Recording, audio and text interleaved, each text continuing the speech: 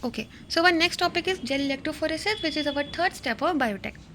See, यहाँ पे सबसे पहले क्या करना होता है, वी हैव टू टेक दो स्क्वायर साइड्स, ठीक है।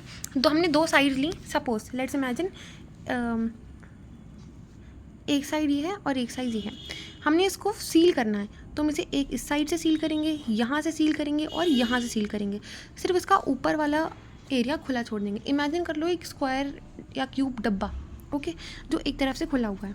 तो basically gel electrophoresis stand for gel, इसमें एगारोस जेल होता है। इलेक्ट्रो मतलब electric field, okay, electric field, and phoresis mean separation. तो इलेक्ट्रिक फील्ड की प्रेजेंस और जेल की प्रेजेंस में जब सेपरेशन करते हैं डीएनए के फ्रेगमेंट्स का, तो उसे हम जेल इलेक्ट्रोफोरेसिस बोलते हैं। इसकी सिग्निफिकेंस क्या है, जब हमने पिछला वाला स्टेप अपना परफॉर्म किया था, तो उसके बाद में हमारे पास डीएनए के फ्रेगमेंट्स थे, काफ़ी सारे फ्रेगमेंट्स आ गए थे, हमने तब रिस्ट्रिक्शन एंडोन्यूक्लियस से काट दिया था।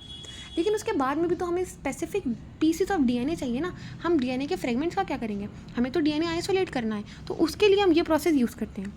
मैंने बताया कि हमने एक डब्बा लिया, उसको हर तरीके से सील कर दिया, उसमें डाला जेल। इस जेल का काम क्या होता है, इस जेल को हम सीवीड से ऑब्टेन करते हैं और इसको हम एज अ मीडियम यूज़ करते हैं। It is very important to note here कि हम इसका यूज़ क्या होता है, इसे हम एज अ मीडियम यूज़ करते हैं। सपोज आप स्विमर है, आपको स्विमिंग करनी है, तो स्विमिंग के लिए भी you will need a medium that is water.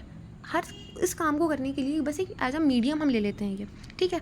और ये जो होता है ये भी सिंपल स्टिकी एकदम सॉलिड नहीं होता है, ये होता है पोरस।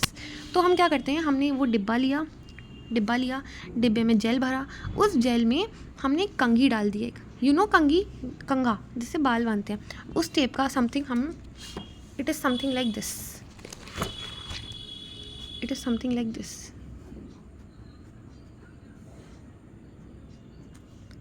ऐसे शेप का कुछ, वो हम अप्लाई कर देते हैं। हम इसीलिए अप्लाई करते हैं ताकि जब वो जम जाए बाद में और हम वो कंघी हटाएं, तो ऐसे ऐसे हमको शेप्स मिले।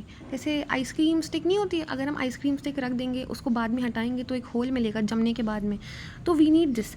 अब जब ये आ जाते हैं तो what we have to do, इनको हम बोलते हैं वेल्स। जो ये एरिया बन जाते हैं, ये पर्पल गैप एरियाज़ हैं, इन्हें हम वेल्स बोलते हैं। ये हमारा एक पूरा सेटअप होता है जिसमें ऊपर का पार्ट होता है कैथोड, वेल के पास में होता है cathode, remember it, mark it. और जो नीचे होता है वो होता है anode. Cathode here is negatively charge and anode here is positively charge. तो जब हम अपना सैंपल, ये जो एरिया होता है यहाँ से हम अपना सैंपल छोड़ते हैं, जब हम अपना सैंपल छोड़ते हैं तो जो हैवी पार्ट होता है, यू विल रिमेंबर, जो चीज़ हैवी होती है वो धीरे धीरे, जो मोटे लोग होते हैं वो धीरे धीरे भागते हैं, और जो चीज़ लीन होती है, जो चीज़ पतली होती है, इट इज़ वेरी फास्ट। देखो, जो पतली चीज़ होगी वो नीचे बैठ जाएगी और जो मोटी चीज़ होगी वो ऊपर ऊपर बैठी रहेगी। तो और we know what is this is DNA. DNA is negatively charged. Why negatively charged? Because of presence of histone proteins. Histone proteins are negatively charged proteins.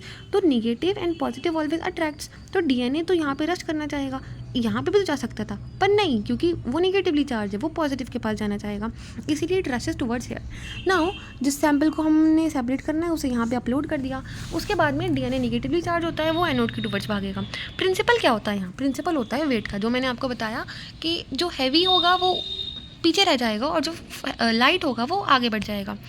Now अब फ्रेगमेंट्स अब एक तरीके से छनते हुए चले जाते हैं। इस पूरे एरिया में 11 जेल है ना, तो जो फ्रेगमेंट्स होते हैं वो छनते हुए चले जाते हैं नीचे तक। अब लेकिन ये छनने के बाद में भी हमें ऐसे नहीं दिखते हैं, हमें यूज़ करना पड़ता है स्टेन का नाम होता है ethidium bromide. It is very important, ये स्टेन का नाम।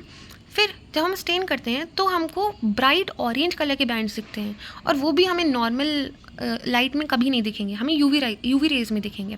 अब एक बार हमने लोकेट कर लिया अपना जो भी डीएनए का पार्ट है वो लोकेट कर लिया, उसके बाद में हमको इसको कट करना पड़ेगा। और कटिंग की प्रोसेस को क्या बोलते हैं, इल्यूजन, ELUTION। कटिंग की process is known as illusion.